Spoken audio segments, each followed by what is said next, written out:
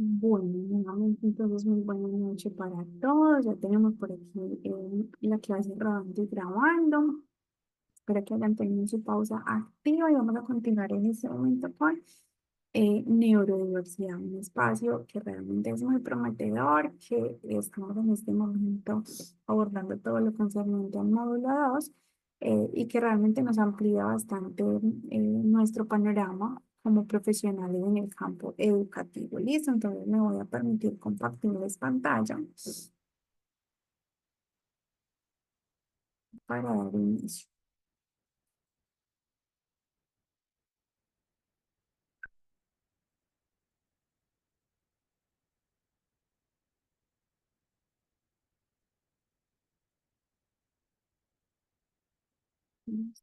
Por aquí me están viendo.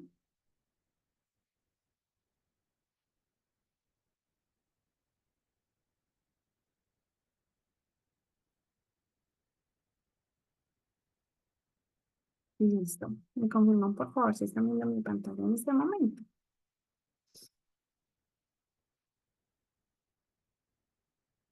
¿Vamos ok? Listo. Entonces, por aquí me dicen que ya pueden ver la presentación. Vamos a entrar a este enlace que aparece aquí en pantalla. Ya se los voy a compartir por el chat. Y vamos a entrar a realizar un ejercicio. ¿Listo? ¿Con relación a qué? Con relación a la neurodiversidad. Recordemos que en el encuentro anterior, ¿sí? Hablamos de neurodiversidad, de las conceptualizaciones que manejamos para hablar de algunas alteraciones con el desarrollo y de algunos desarrollos que no tienen ninguna alteración, de la diferencia entre ellos y de hace cuánto se acuña el término de neurodiversidad, cómo se está implementando actualmente y cuáles han sido como las evidencias científicas que hemos visto alrededor del mismo. ¿De acuerdo? Entonces vamos a entrar a un enlace que ya les voy a compartir en este instante. Yo lo voy a activar por aquí en mi... Bueno, aquí se los voy a compartir. Bueno, pues, me confirman por favor si lograron entrar.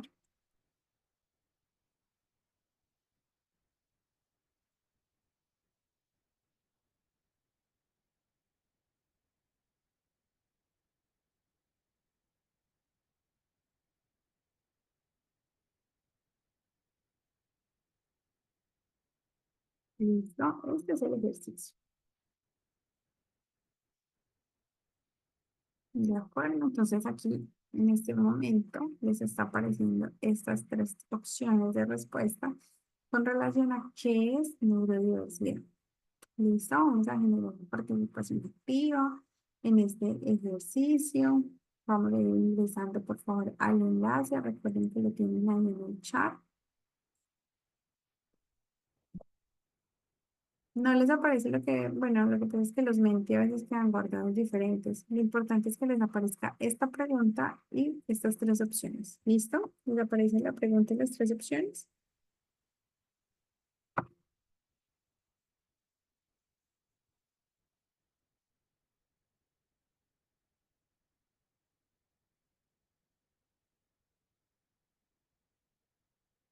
Mm, no, porque no me lo- no lo puedo leer, no me lo dice.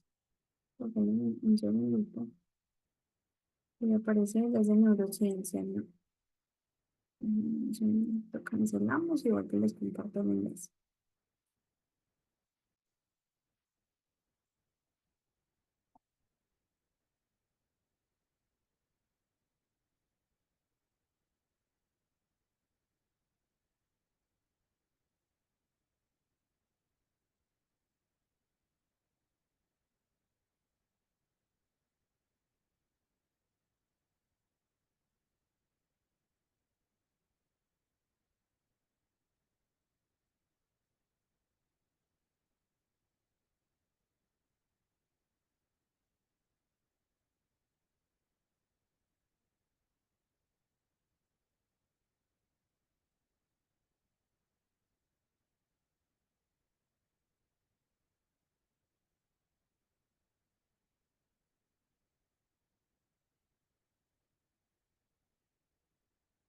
Intentemos por este, por favor.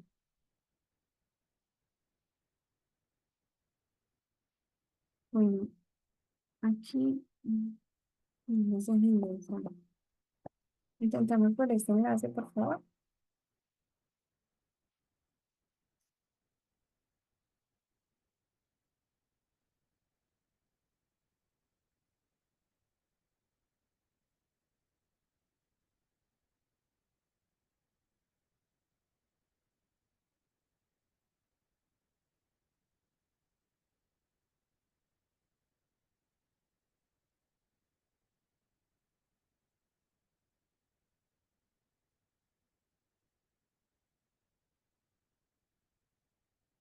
No sé, no sé si les voy a participar.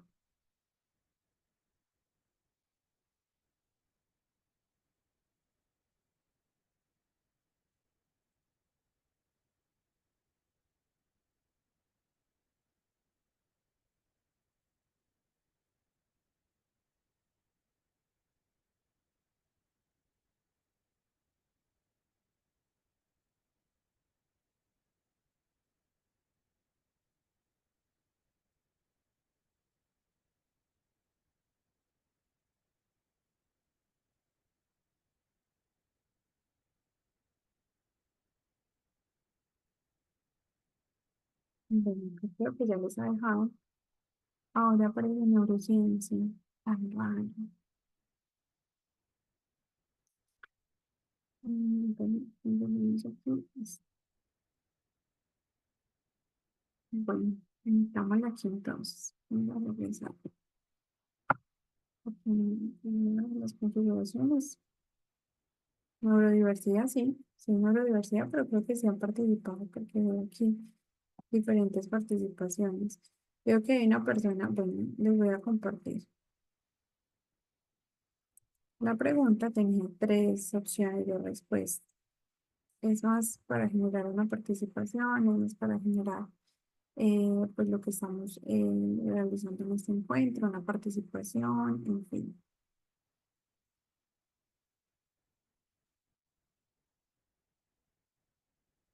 Listo, entonces teníamos tres opciones de respuesta que eran, ¿qué es neurodiversidad? Y aparecía opción uno características de desarrollo, opción 2 diferencias cerebrales y opción 3 diferencias en comportamientos y sentimientos. ¿Cuál sería la opción por la que nos vamos nosotros todos? Les voy a compartir pantalla y ustedes me dicen, por favor. Si quieren, escriben en el chat opción uno, opción 2, opción 3, que sea como una manera también de participar. ¿Listo? Entonces tenemos aquí neurodiversidad, estas tres preguntas que tenemos aquí. ¿Qué es neurodiversidad? Uno, características del desarrollo. Dos, diferencias cerebrales. Tres, diferencias de comportamientos y sentimientos. Vamos a escribir por el chat uno, dos o tres, la que ustedes consideren que más se asemeja. Cuéntenme, por favor.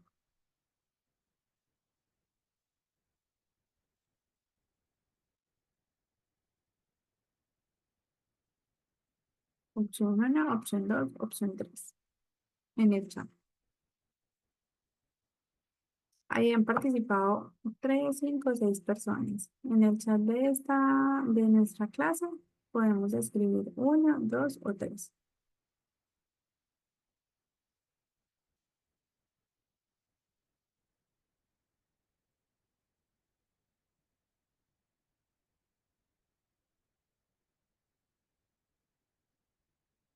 Listo. Hay algunas personas entonces que dentro de la actividad indicaron que la neurodiversidad son características del desarrollo. Una persona dijo que son diferencias cerebrales y tres personas hablaron de diferencias en comportamientos y sentimientos. La opción correcta es diferencias cerebrales. Recuerden que la neurodiversidad estudia toda la estructura, el comportamiento y los procesos de desarrollo cerebrales, ¿cierto?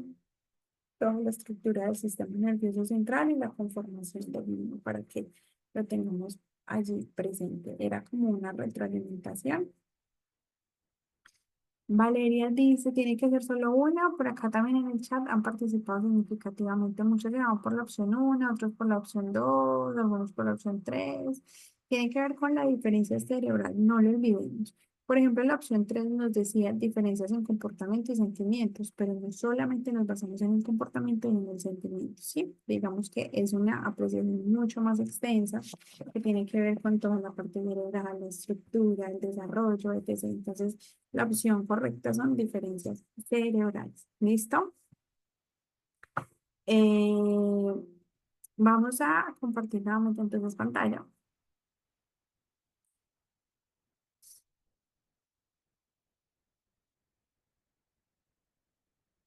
y continuamos entonces con el tema del día de hoy. Hoy hay varios elementos interesantes sobre los cuales abordar y interiorizar o profundizar, que me parece sumamente importante.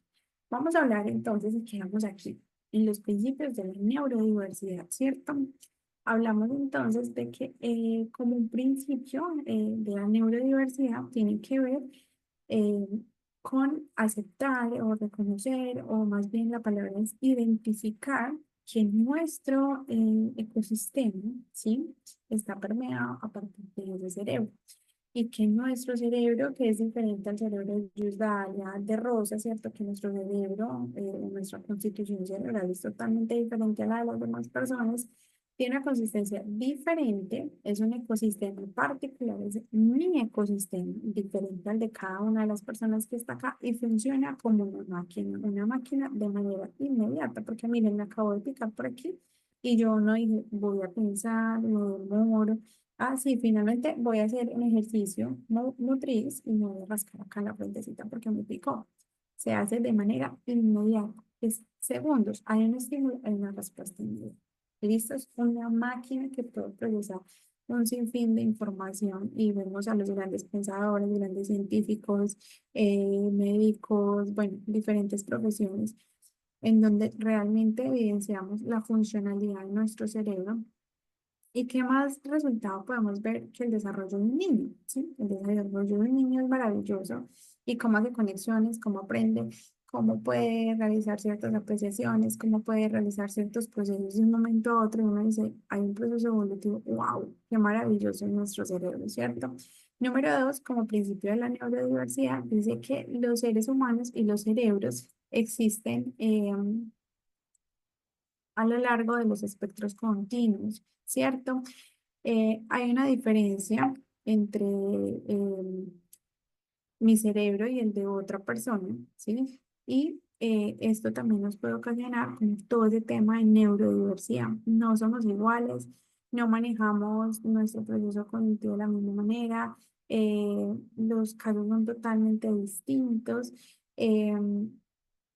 Y de hecho ahorita hay una apreciación que dice, entre más situaciones hayan, hay muchas más capacidades para aprender y que un proceso de neurodiversidad sea un proceso, un reto para nosotros, para manejar allí todo un proceso de formación distinto, que sea una oportunidad para generar un proceso totalmente diferente. Entonces aquí de hecho, ese es el principio número dos, ¿sí?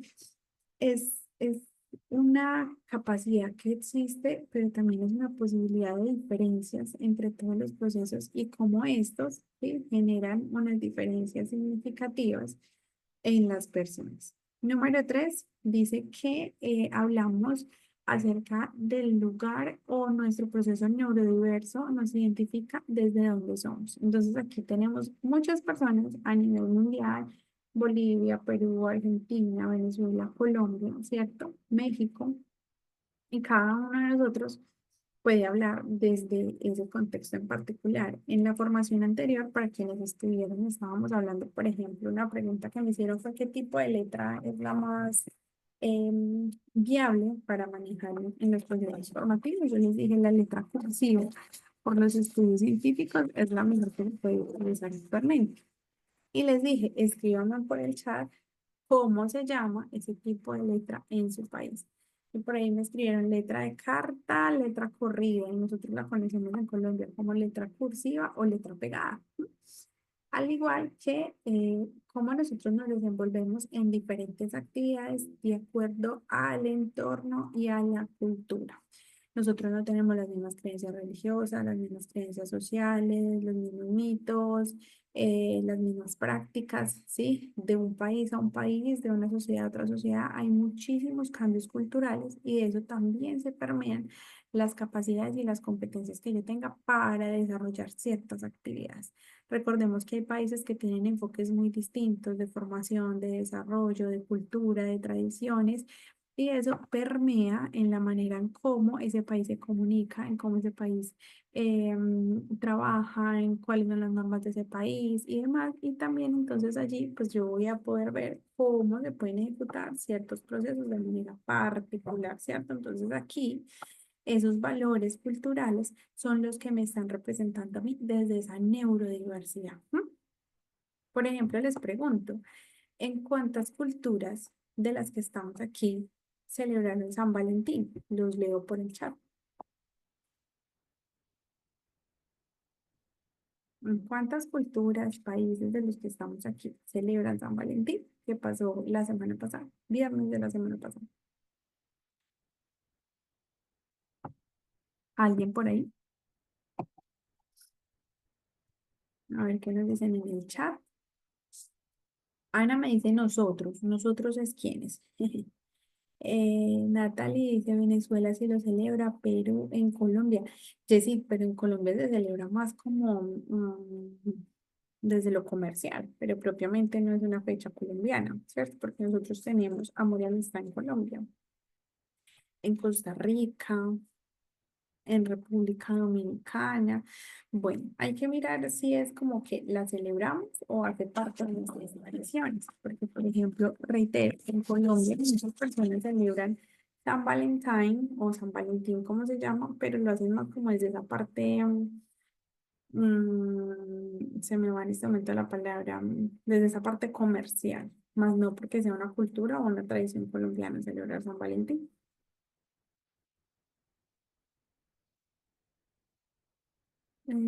Cualquier pretexto es verdadero para expresar amor. Listo. Bueno, eso por poner un ejemplo, ¿cierto? Y por poder definir que cada una de nuestras culturas es diferente. Por ejemplo, en la alimentación, en las actividades, en los horarios, en las profesiones, todos los diferentes contextos, las diferentes sociedades tienen una diferencia abismal en lo que desarrollan en particular. Entonces, de acuerdo pues a eso es que se logran realizar ciertas diferencias culturales que nos identifican, ¿cierto? Como el cuarto principio, ¿sí? Em, Dice que el hecho de ser considerado discapacitado o dotado depende de dónde y cuándo ha nacido. Esas concepciones de acuerdo a los países. Entonces los países son los que nos dicen cómo lo nombran, cómo lo nombran en particular o cómo lo entienden, lo identifican, ¿cierto? Entonces, si hay una discapacidad o hay una alta capacidad o una persona superdotada, que de hecho ya no se maneja así, son altas capacidades, depende de dónde y cuándo haya nacido, es decir, en su país, cómo lo manejan, cómo lo interpretan. Todavía hablan de discapacidad, ¿sí? Todavía hablan de superdotados. Entonces, para poder hablar de neurodiversidad, tenemos que revisar en qué lugar del mundo nosotros nos encontramos. Por eso es tan importante cuando yo les pregunto a ustedes en este escenario, ¿por qué hablar de neurodiversidad? O en sus contextos y en sus entornos hablan de neurodiversidad. Es decir, en Venezuela, en República Dominicana, en Argentina se está hablando de neurodiversidad o simplemente es un término que de pronto nosotros no conocíamos, no teníamos muy claro, ¿sí? Y lo estamos aclarando en este contexto. O cómo se manejan los procesos de inclusión y creo que fue inclusión e integración, creo que fue la pregunta que yo les hice hace unas sesiones pasadas. ¿Cómo se maneja este tipo de procesos en el desarrollo que ustedes manejan desde cada uno de los países? ¿Cómo se constituye este proceso de neurodiversidad? Porque también de eso depende. Nosotros podemos estar en este momento vinculando mucha información, ¿sí? Información importante, información relevante, etc, etc. Me puedo estar formando en otros aspectos, puedo estar retroalimentándome, pero ¿cómo manejan en mi país este tipo de formación? ¿Listo? Como principio número 5, Dice que nuestro cerebro tiene unas necesidades básicas y esas necesidades las cubre en su entorno, ¿cierto?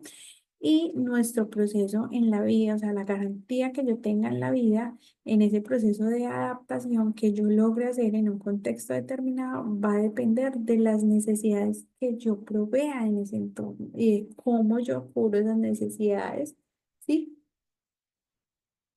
En los procesos de desarrollo cerebral. Como principio número 6 dice que hay unas necesidades particulares, ¿sí? Y que también necesitamos realizar ajustes o modificaciones en ese entorno. Entonces aquí, entre comillas, nos aparecen nichos. Los nichos son grupos de trabajo, grupos de personas, grupos de apoyo, grupos escolares, grupos profesionales que nos van a permitir fortalecer muchísimo más todo ese proceso que nosotros llevamos a lo largo de nuestra vida. Ejemplo, a mí, por ejemplo, me gusta estar con personas que trabajen con innovación, con nuevas propuestas, con nuevos proyectos, con nuevas actividades. Me gusta mucho la creación, la proyección, nuevas estrategias, nuevas dinámicas, a mí en particular, ¿cierto? Habrán personas que les gusta estar más como en esa parte estratégica, administrativa, otros en nichos financieros, en fin, ¿cierto? Cada uno de nosotros revisa qué es lo que mejor necesita de acuerdo a sus necesidades. Ahora, coméntenme por aquí y los leo en el chat cuáles son las necesidades de ustedes. Para ustedes tener un éxito en este momento, ¿cuáles son sus nichos de predilección? ¿O cuáles son esos nichos en los cuales ustedes prefieren estar? ¿Los leo o los escucho? Cualquiera de las anteriores, que esto nos va a permitir entender un poco esos principios de neurodiversidad. Entonces, por ejemplo, yo ya les conté el mío. Me gusta estar en la creación de nuevas estrategias. Obviamente esas estrategias, esas actividades tienen que ver con la parte mía, con la parte educativa. Cuéntenme ustedes. Pueden alzar la manito.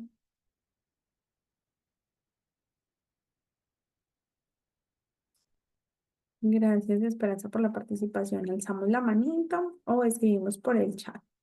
Vamos a generar una participación activa, chicos. Yo sé que a esta hora es de pronto un poco complejo el término del horario, ¿sí? Pero vamos a generar una participación, vamos a disponernos para el encuentro.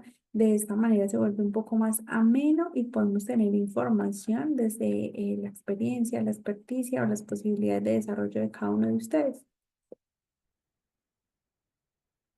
Vuelvo y hago la pregunta. ¿En qué nicho prefieren estar ustedes para garantizar un éxito en sus procesos de vida? Por aquí Esperanza Sierra nos dice, me encanta lo lúdico eh, para buscar formas de interacción. Es un ejercicio muy chévere, como estar en esas actividades, estar activo siempre, también estar creando en movimiento. Creo yo que es una de las características de esos entornos. Esperanza, cuando uno está como en procesos de interacción y movilidad, hay un desarrollo cerebral potente, enriquecedor, ¿cierto?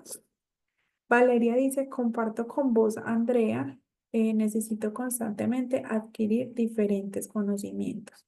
Muchas gracias, Valeria. ¿Alguien más que nos diga cuáles son esos nichos en los cuales prefieren? Digamos, no sé, me gusta, por ejemplo, tener espacios de deporte, ¿sí? Dice que María Carolina.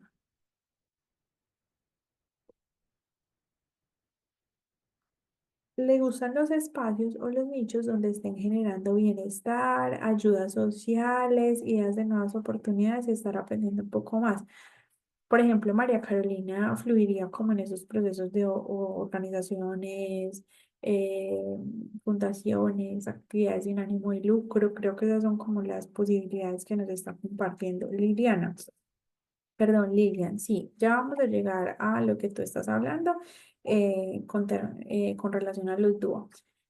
Mabel nos dice tratar de aprender temas distintos, temas para descubrir temas nuevos. Entonces es como más en esos nichos de formación, ¿cierto? De continua formación. Blanca nos dice Eh, este diplomado es un nicho ahora, muy bien. Yesid en cultura. Ay, miren qué importantes son las personas que trabajan como por la formación en distintas culturas. Esos nichos también son muy interesantes porque aprenden de todo un poco. Yilka dice innovación, creación, ayuda en bienestar y salud. Ay, miren, esta también está súper interesante, Yilka. Qué bueno no estar permeado como de tantas cosas a la vez, ¿cierto? Mabel, esmerarme por aprender, voy a estudiar pintura. Entonces, Mabel, por ejemplo, en actividades también lúdicas, artísticas, por ejemplo, entonces cuando uno estudia pintura se encuentra con muchísimas personas que tienen una influencia significativa hacia el arte, ¿cierto? Ana dice, me encanta la creatividad, el espacio de compartir el arte manual. Entonces, por ejemplo, Ana y Mabel tienen un punto de encuentro y ese sería su nicho, ¿sí? Bueno, Esperanza, Ana y Mabel tienen un nicho en común, ¿cierto? Serían las tres hablando de un mismo tema y esto generaría como un principio de la neurodiversidad un éxito en la vida. ¿Listo? Dice el principio número 7 que la construcción de nichos incluye elecciones profesionales y estilos de vida. Lo que estamos hablando en este momento mejora la vida y adapta las necesidades específicas en su neurodiverso.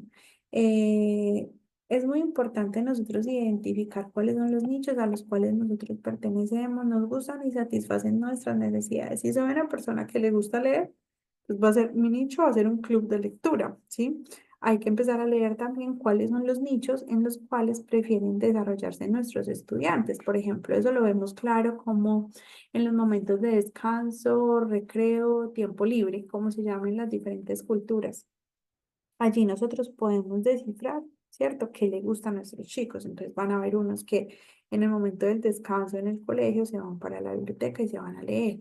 Van a haber otros que netamente les interesa como la parte de alimentación y lo disfrutan como en ese entorno. Hay otros que en esos momentos utilizan el tiempo para jugar un partido de fútbol, para jugar algo en específico. Hay otros que sencillamente comparten como caminar, distraerse, en fin, allí vamos entendiendo un poco el neurodiverso de cada uno de nosotros. ¿Cierto? Principio número 8, la construcción positiva de esos nichos modifica nuestro cerebro, ¿cierto? Es la capacidad que nosotros tenemos para adaptarnos en el entorno. Entonces, tengamos presente que para la neurodiversidad, la construcción de nichos es un aspecto sumamente importante y decisivo en ese proceso de desarrollo. ¿Listo? ¿Preguntas hasta aquí? ¿Todo está claro?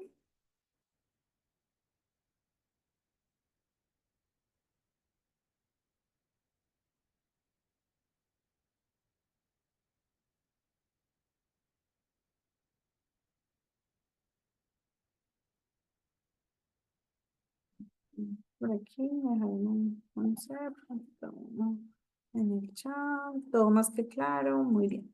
Listo, entonces continuamos por aquí. Hablamos entonces de, ay, se me ocurrió esto.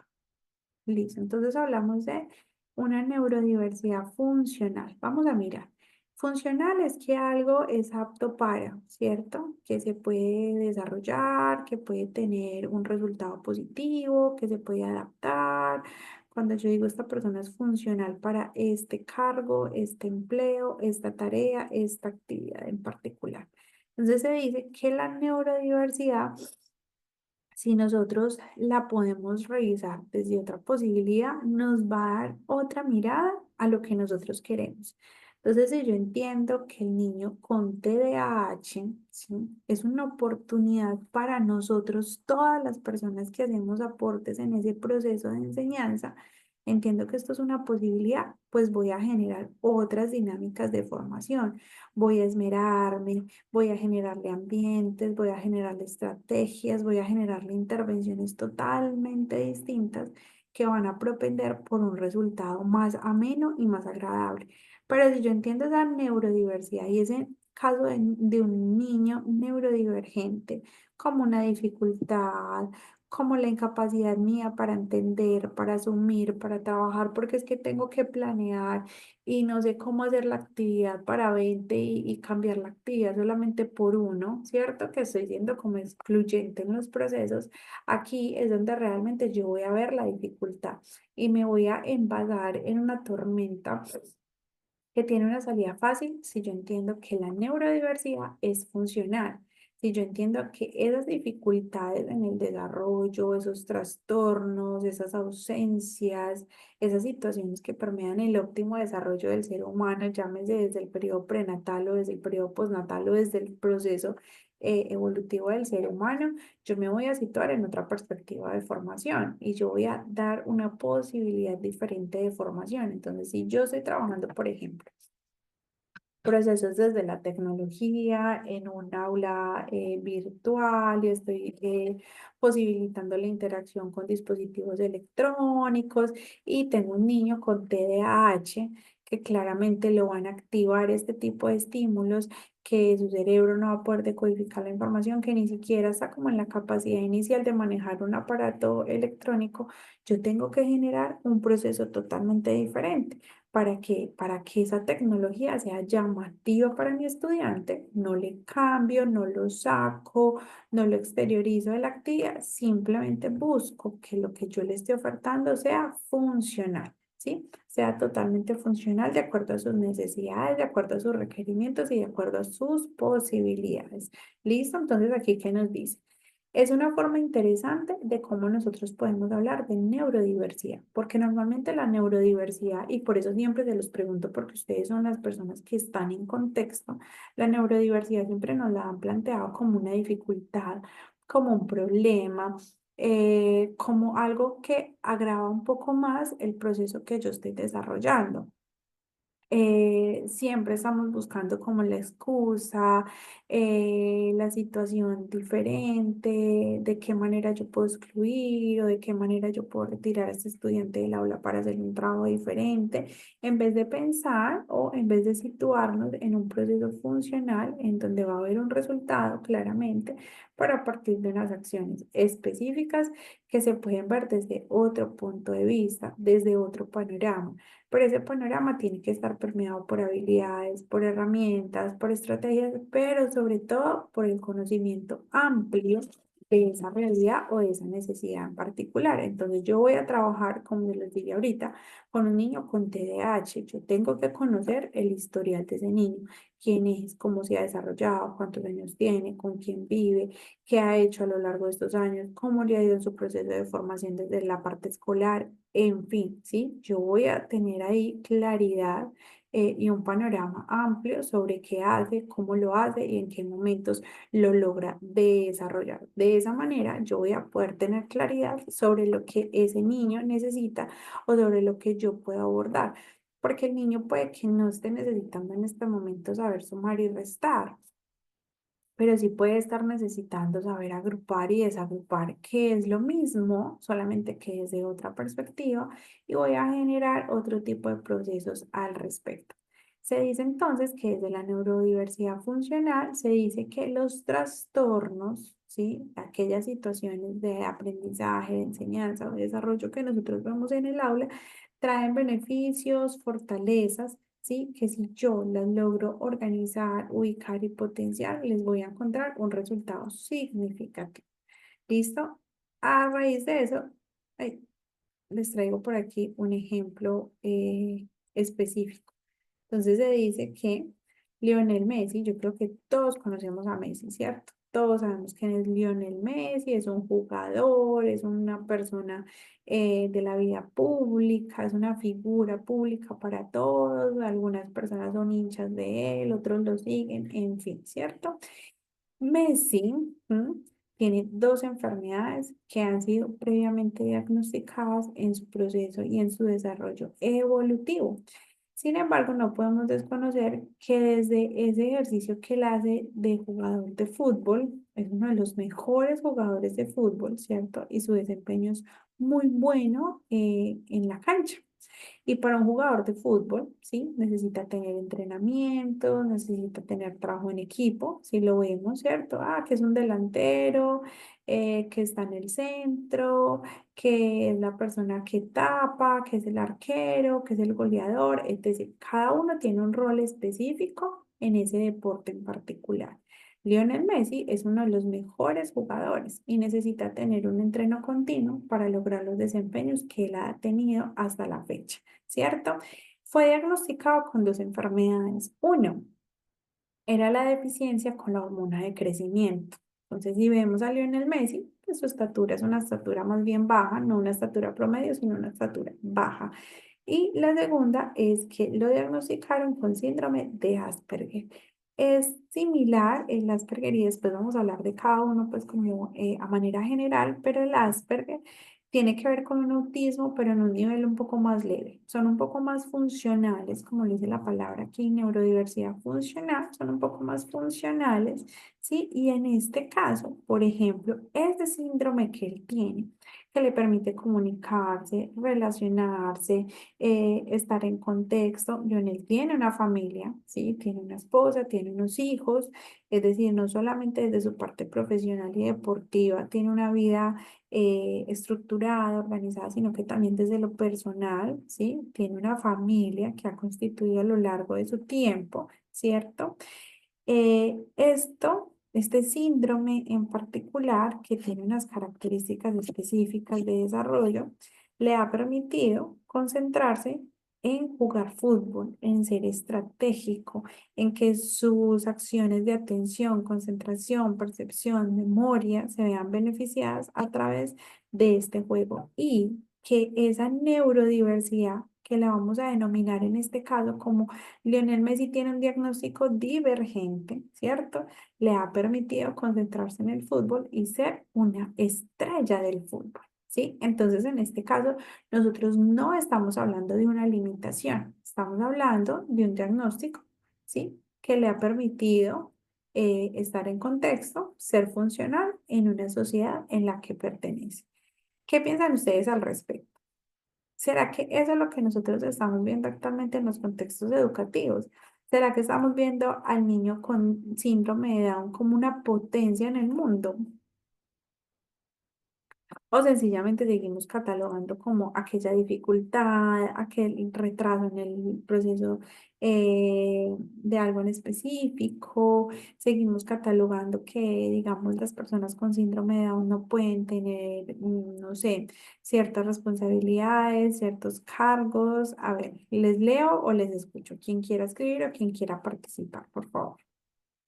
Mabel, ¿sí? Sí, bueno, este es un ejemplo muy alentador, ¿no?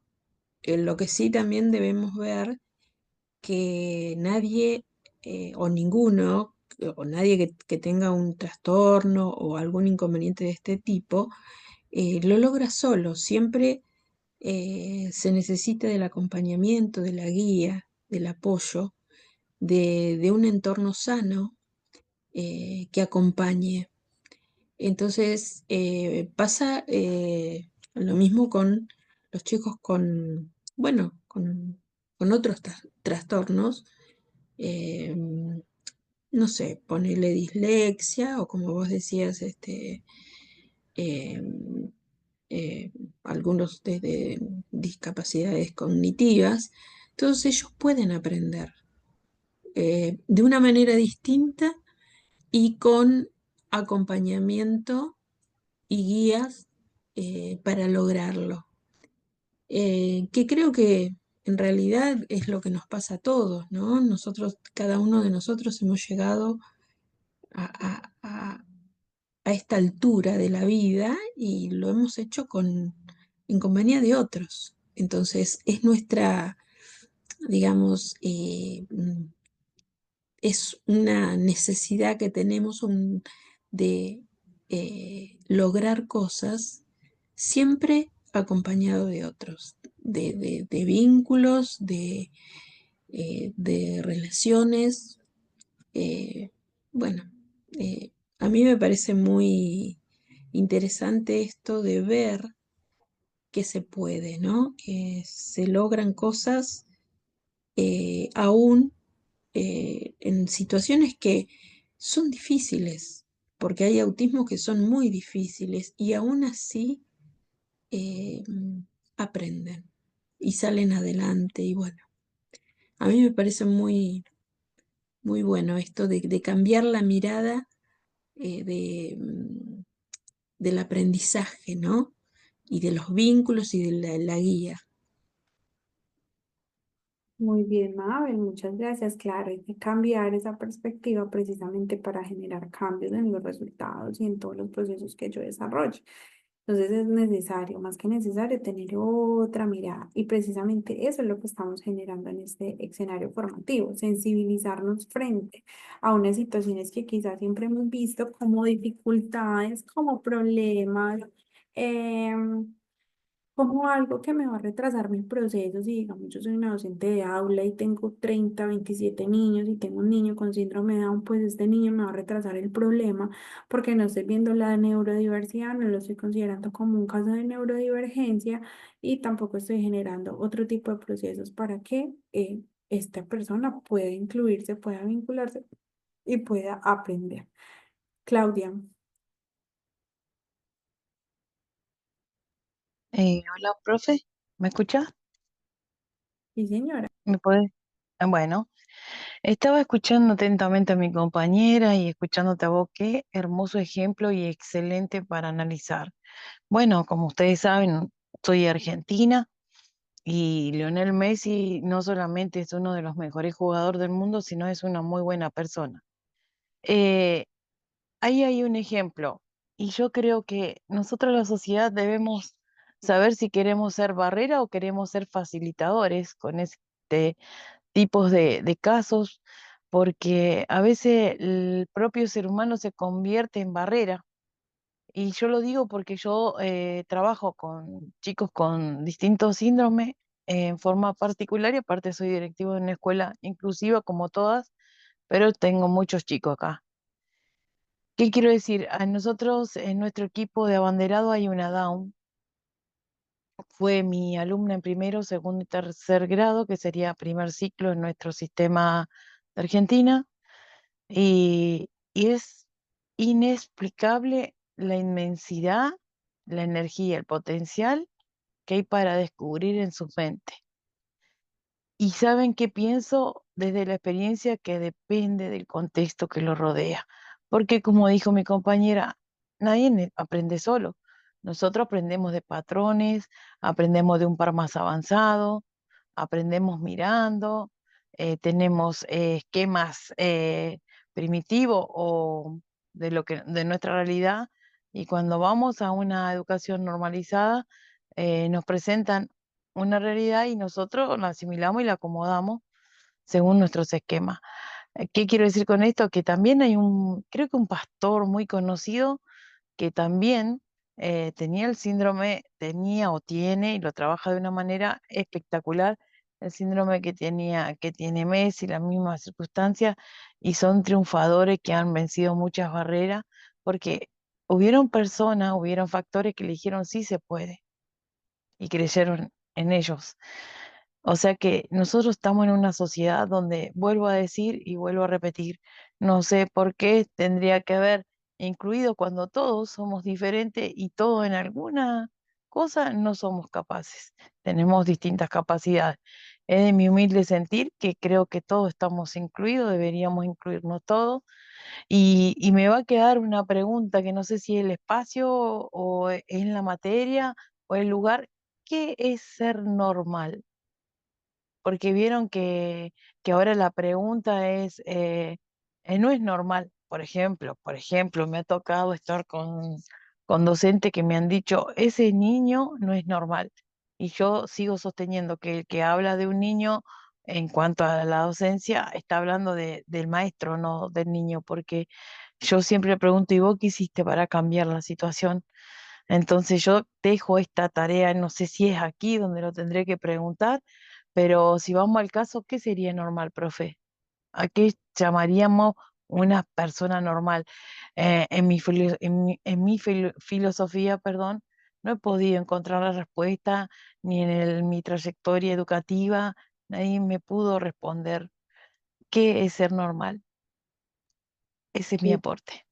Claudia, muchas gracias. Bueno, es que de hecho no hay como una particularidad en decir nosotros es normal, ¿sí? Digamos, esa apreciación estaría errada porque nosotros no podemos decir qué es normal o qué no es normal. Lo que podemos decir es que nuestro desarrollo está como entre las características adecuadas de acuerdo a los periodos o momentos evolutivos del ser humano, ¿cierto? Si no tengo ninguna alteración, si no tengo ninguna dificultad, de acuerdo como a los procesos que yo he venido desarrollando. Entonces, no es que yo sea normal, ¿sí? Lo vimos el día de ayer, hay dos connotaciones, hay personas neurodivergentes y hay personas neurotípicas, ¿sí? Y es sencillamente la diferencia, pero no es que nosotros seamos normales o anormales o que tengamos características normales o anormales, no pasa, ¿sí? Sino que la sociedad nos ha vendido todo el tiempo eso, el que es diferente es anormal, ¿sí? Porque es lo que socialmente y coloquialmente vemos. Entonces el rechazo, la exclusión, y en este momento estamos viendo como todo el tema, y no sé si ustedes lo han visto, que es algo que vamos a tratar acá en un momento como el tema laboral, de cómo se vincula una persona neurodivergente a la vida laboral. Porque sí, muy agradable el reto en el colegio, cuando es un niño, cuando es un joven, pero entonces, ¿qué pasa cuando se convierte en un adulto? Es un adulto que está sesgado a vivir con sus papás como un niño. Es un adulto que no va a poder estar inmerso en un escenario laboral porque sus características no le van a permitir que otras personas lo vean como un perfil llamativo. Porque si yo tengo un caso neurotípico y un caso neurodivergente, pues mejor me quedo con el caso neurotípico, ¿cierto? Y estos son conceptos que actualmente la sociedad no los maneja. Tú lo estás diciendo, es la persona diferente, es la persona que se rechaza, es la persona que no tiene las características que yo manejo. Eso es lo que socialmente nosotros vemos. Porque no nos estamos educando como sociedad, sino que cada persona está haciendo su propia vida y está entendiendo que lo que antes eran niños especiales, niños con retardo, niños retrasados, personas diferentes, ¿cierto? A hoy tiene otras connotaciones que de pronto ayudan un poquito a mejorar esa concepción, pero sin embargo vemos que hay algunas ausencias en esa comprensión y en esa contextualización. ¿Listo? Sí, es un caso muy agradable. ¿Por qué? No porque Messi sea una figura pública, porque sea uno de los mejores jugadores a nivel del mundo, sino porque es un caso que muchos de nosotros puede conocer y lo puede tener de referencia. ¿Listo? Agradezco mucho a las personas que están escribiendo por ahí en el chat, que están siendo muy activos en esa participación. Por aquí los estoy teniendo presente. Ahorita al final miramos para generar pues como lo que están escribiendo. Vamos a mirar que en esos procesos de neurodiversidad podemos relacionar uno de los casos más comunes, como lo son los TDAH, ¿cierto? Y hace un momento los estábamos referenciando. Ay, perdón, es que se me está moviendo aquí. Ya. Como un caso de TDAH, ¿cierto? Es uno de los casos más comunes que nosotros podemos encontrar en los contextos o en los ambientes formativos. No sé si les pasa, ¿cierto? Entonces, por lo general, en un aula hay 4 casos de estudiantes neurodivergentes con un TDAH, que es trastorno por déficit de atención e hiperactividad. Es uno de los trastornos, digamos, más complejos a nivel evolutivo, a nivel productivo, a nivel social, familiar, conductual específicamente, ¿cierto? Hay otros mucho más complejos, pero este es uno de los más comunes que existen, ¿sí? Y sobre los cuales digamos que más de un profesional del campo educativo manifiesta como dificultad para llevar, dificultad para entender, dificultad para manejar. Entonces, en este caso, hablamos de que es uno de los neurodesarrollos como más frecuentes, ¿sí? Y que por lo general tiende a ser excluido de esos contextos sociales, educativos y en algunos casos familiares. ¿Por qué? Por su connotación de hiperactividad, por su falta de atención, por su déficit en todos estos procesos, ¿cierto? Pero entonces, ¿por qué? Y aquí la pregunta es particular. ¿Por qué no considerar esa alegría del cerebro, esa capacidad que tiene de estar todo el tiempo en movimiento, en acción, en hacer otro tipo de cosas, en hacer esto, en empezar otra tarea, en querer conocer más, en querer moverse, en querer estar activo, ¿cierto? ¿Por qué no aprovechar esto, sí, desde otro punto de vista? Porque sesgarlo, nunca te puedes quedar quieto, contrólate, haz silencio, cálmate, mira, no nos estamos comportando, ¿por qué no utilizar esta parte de ese cerebro que tiene, en este caso, un neurodesarrollo mucho más diferente al de nosotros? ¿Por qué no utilizar esas capacidades para otro tipo de actividades? Yo puedo tener otro tipo de actividades para esos niños y niñas con TDAH mucho más específicas. Yo puedo tener actividades de terapia cognitiva, yo puedo generar ejercicios de atención cerebral, de gimnasia cerebral, yo puedo utilizar lo activo que es ese niño para convertirlo en una persona que sea el monitor de la clase, que se encargue de entregar los colores, los lapiceros, que sus actividades sean de acuerdo a sus necesidades, a sus intereses y que cuando las termine, que posiblemente va a ser uno de los primeros en terminarlas, ¿sí? Y va a querer estar un poco más inquieto, porque aquí lo están diciendo, considerar la alegría de ese cerebro está en movimiento todo el tiempo, está en acción y no puede controlar, porque ese trastorno de déficit, ¿sí? De atención hiperactiva, hay un déficit, entonces no se controla como nosotros, ¿sí? No se está quieto como nosotros que llegamos, no sé, a una cita médica y me senté en silencio porque coloquialmente nos han dicho, nos han vendido que cuando vamos a un centro médico debemos hacer silencio. Esta persona no, ¿sí? Porque no lo entiende, porque su cerebro le cuesta decodificar esa información, entenderla, retenerla y ponerla en práctica. Entonces, ¿por qué no decir, listo?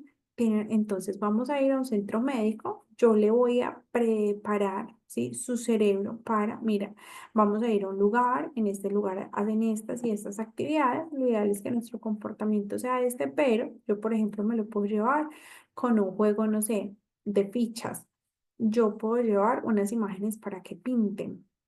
Yo puedo llevarle un cuaderno para que dibuje todo lo que encuentra a su alrededor. Entonces, mira, vamos a ir allí y tú vas a tomar tu cartilla de dibujo y vas a dibujar todo lo que encuentres. De esa manera, yo estoy aprovechando esa actividad adicional que realiza ese cerebro y por el contrario, no me estoy cansando diciéndole, siéntate, haz silencio, compórtate, mira lo que estás haciendo. ¿Por qué? Porque su cerebro no va a entender esa información. Entonces, por ejemplo, acá se dice que los niños que han sido diagnosticados con TDAH, ¿cierto? Eh, Puede que sus patrones de conocimiento se queden atrás, inclusive 3 años atrás de los otros niños y sus áreas de integración sean un poco más completas. Entonces, la parte de resolución de problemas, la planificación, la integración sensorial, sea 3 años atrás que el desarrollo de una persona que no tenga ninguna alteración. Ojo, no es una persona normal. Para responder un poco, creo que fue Claudia la que hizo la pregunta. No es que nosotros seamos normales y el niño o la niña o el adulto que tenga un diagnóstico de TDAH sea anormal. No. Lo normal es que nosotros existamos, funcionemos, tengamos un espacio en el mundo, etc. En este caso, ¿qué pasa? Hay un desarrollo diferente desde lo cerebral, ¿sí? Y el caso de neurodivergencia, ¿sí? Me evoca a mí otra manera de ver las cosas. Es como la persona que, digamos, por salud no puede comer azúcar. ¿Qué se hace en esa casa? Se le cambia su alimentación, pero no porque no puede comer azúcar, no va a volver a sentarse en la mesa con todas las personas a compartir una comida. No porque tenga azúcar, no va a volver a poder comprarse una paleta o un helado, porque hay helados que restringen el azúcar, hay helados que se hacen netamente con productos 100% naturales, por ejemplo. Entonces no se va a cohibir de cierta alimentación netamente porque tiene un diagnóstico de azúcar en la sangre. Por ejemplo, por poner un ejemplo, ¿qué se hace? Se buscan las maneras, se buscan otro tipo de accesos, ¿sí? A la alimentación que no incluya el azúcar. Entonces, en este caso, se dice que es uno de los trastornos más grandes, de lo que nosotros más nos podemos encontrar en el aula de hoy y que sus dificultades en ese proceso y crecimiento cerebral se van a ver afectados por lo menos 3 años de diferencia, ¿sí? Entonces, si yo tengo un niño de 6 años, posiblemente puedo estar hablando con un niño, ¿sí? Que cronológicamente esté en ese momento, pero mentalmente tenga 3 años y que obviamente su desempeño, su reacción, su comportamiento responda a eso. A un niño que quiere explorar, a un niño que quiere hablar, a un niño que quiere gritar, a un niño que quiere hacer, a un niño que no quiere prestar atención, a un niño que no se quiere bañar, etc., etc., etc. ¿Listo? Cuéntame por favor hasta aquí cómo vamos.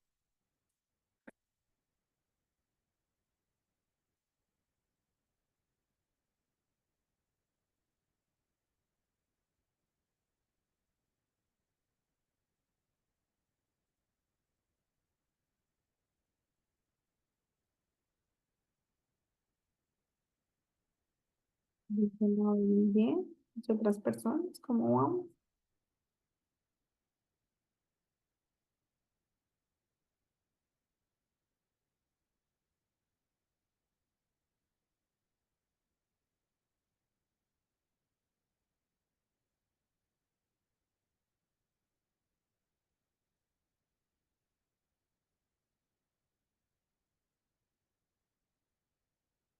Bueno, vamos entonces continuando.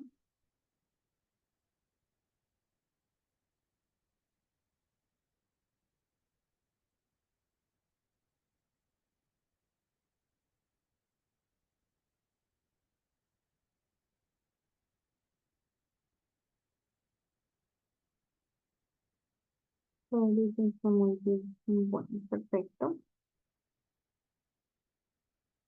Vamos a continuar entonces. Lo que yo les decía hace un momento es cómo nosotros podemos utilizar esa discapacidad, esa disfuncionalidad del cerebro, esas ausencias en ciertas áreas cerebrales como una oportunidad, ¿cierto? Entonces aquí vemos en una imagen una figura también muy emblemática. ¿Por qué tomo estas figuras de referencia? Porque no tengo casos cercanos de personas que sean neurodivergentes y que hayan tenido procesos como significativos. Conozco muchísimos casos de neurodivergencia de personas que solamente se escolarizaron y que no continuaron en algunos casos su vida universitaria. Y conozco muchos universitarios neurodivergentes que sencillamente estudiaron con muchas dificultades, con sus accesos a una educación superior muy compleja y que actualmente no hacen nada porque desde la parte laboral no encuentran opciones laborales en donde los reciban y en donde puedan trabajar, ¿cierto? En donde se puedan desempeñar. Entonces aquí traemos a colación este caso de Michael Jordan. Yo creo que Jordan para todos es una figura emblemática y conocida, ¿cierto? Una figura pública que nosotros identificamos con mucha facilidad. Entonces Jordan dice que es uno de los jugadores de baloncesto más famosos del mundo, ¿cierto? Y que ha sufrido TDAH, y recordemos lo que dijimos hace un momento, es uno de los casos neurodivergentes más famosos, ¿sí? Y en este caso padece, ¿cierto? Del trastorno desde pequeño, ¿sí?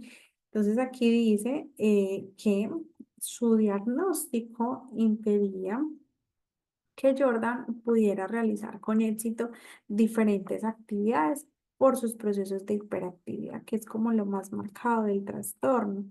La inatención me genera una hiperactividad. Entonces dice que esa hiperactividad logró llegar como al punto de que tanto doctores médicos como profesores, ¿sí? Le dijeran a su familia, mira, Jordan no puede hacer nada y la verdad su concentración, su falta de atención, su falta de disposición para diferentes actividades le van a impedir un desarrollo en su vida posterior.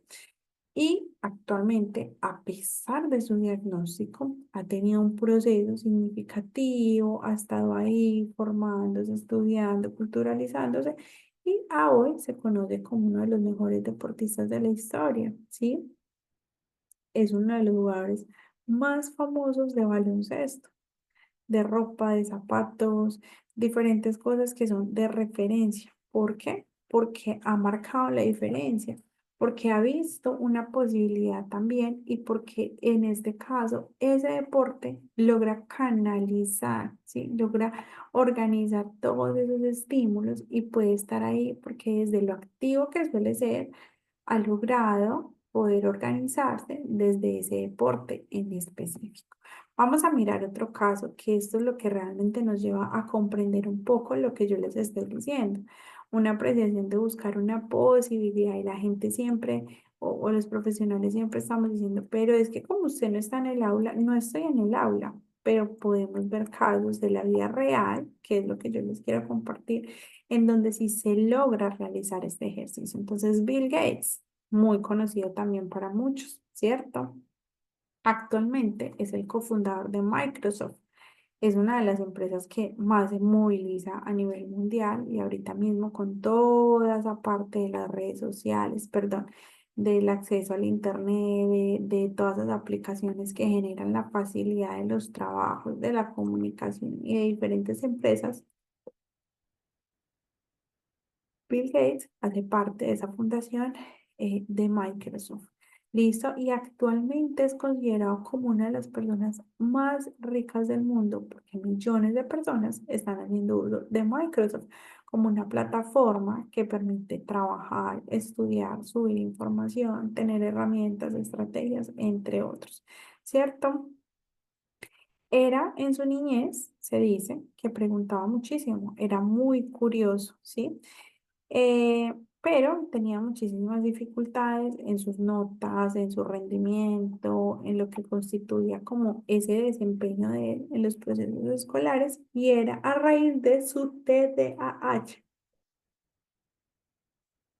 Y por ende, ingresó a la Universidad de Harvard y allí tuvo que abandonar sus estudios porque realmente no lograba cumplir con las metas y con las estrategias y con los objetivos que tenía la universidad en ese momento de formación. Todo a raíz de su TDAH.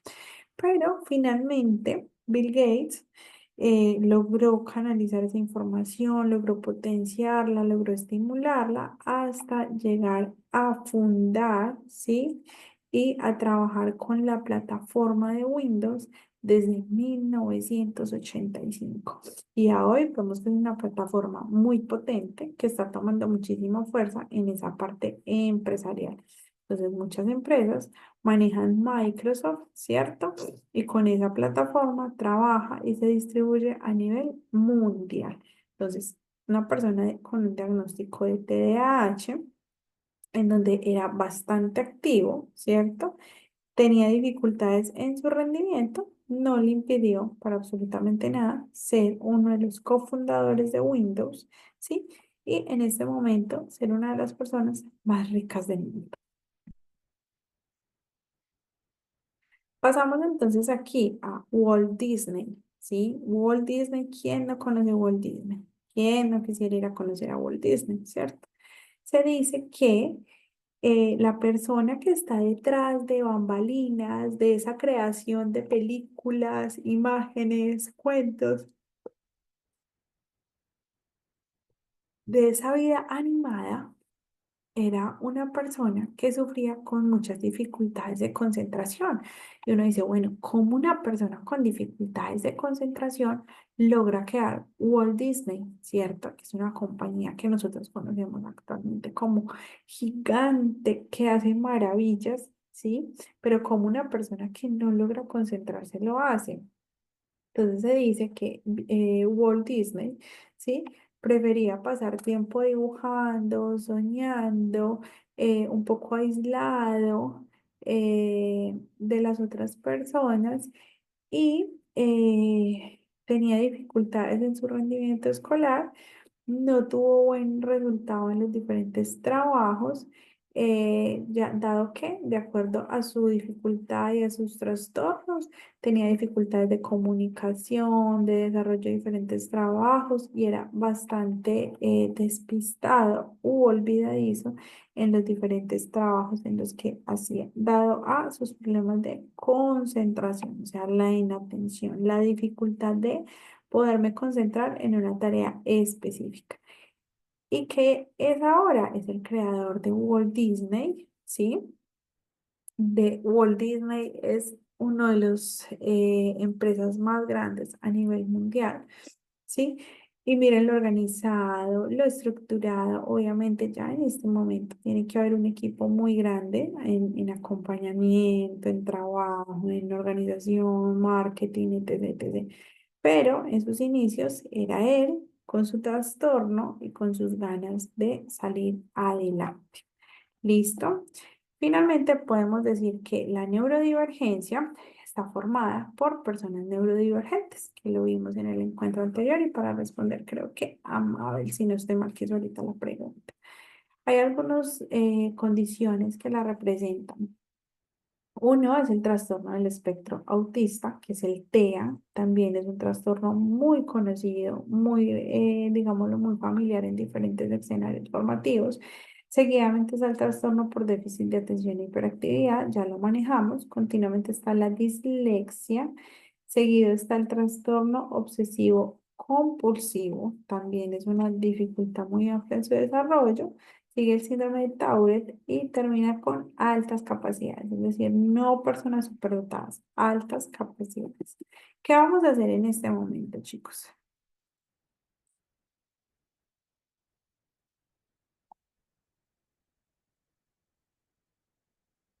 Vamos a organizar tres alitas, ¿sí? Tres alitas en donde vamos a ir a charlar, vamos a ir a conversar, vamos a ir a dialogar sobre esto. Les voy a compartir nuevamente la pantalla para que le tomen un pantallazo, una fotico con el teléfono. A veces entro a las salas y lo que escucho es, ¿tú te acuerdas que dijo la profe? Ay, yo me acuerdo que la profe dijo tal cosa. No le dejemos toda la memoria, ¿sí? No le generemos tanta carga a nuestra memoria porque, porque claramente ya hay una memoria a corto plazo sobre lo que se dijo, pero si podemos tomar una fotico y retener esa información por ahí, pues mucho mejor. Vamos a conversar acerca de estas situaciones neurodivergentes, si he tenido algunos casos, cómo me ha ido, qué acciones he desarrollado. Préstame mucha atención porque cuando yo entro a las salas siempre escucho como qué es lo que hay que hacer, qué dijo la profe y yo por lo general no interrumpo porque en esos momentos lo que yo busco es que ustedes sean autónomos en sus aprendizajes, que estén realizando un proceso de conversación, de diálogo, de interacción que es tan importante en este proceso formativo. Vamos a conversar alrededor de unos 10 minuticos. Yo siempre estoy entrando a todas las salas, yo entro a todas, ¿sí? Y la intención es que podamos conversar si he tenido algún caso, qué he hecho, cómo lo he manejado, qué se ha presentado, si es un caso que ha manejado un proceso con diferentes profesionales, en fin, vamos a contar nuestra experiencia, ¿sí? Si la hemos tenido y si no. Bueno, a mí me gustaría saber cómo se maneja un síndrome del Tourette, eso, cómo se desarrollará, cómo irá, eso también hace parte de una conversación. Entonces espero que ya hayan tomado la fotico y les voy a dividir entonces en sala.